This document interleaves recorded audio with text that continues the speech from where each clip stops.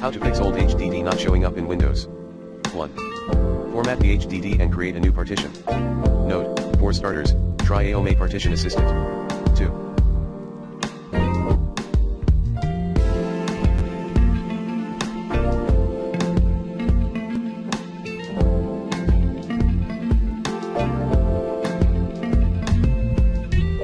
Check hardware for potential issues. 3.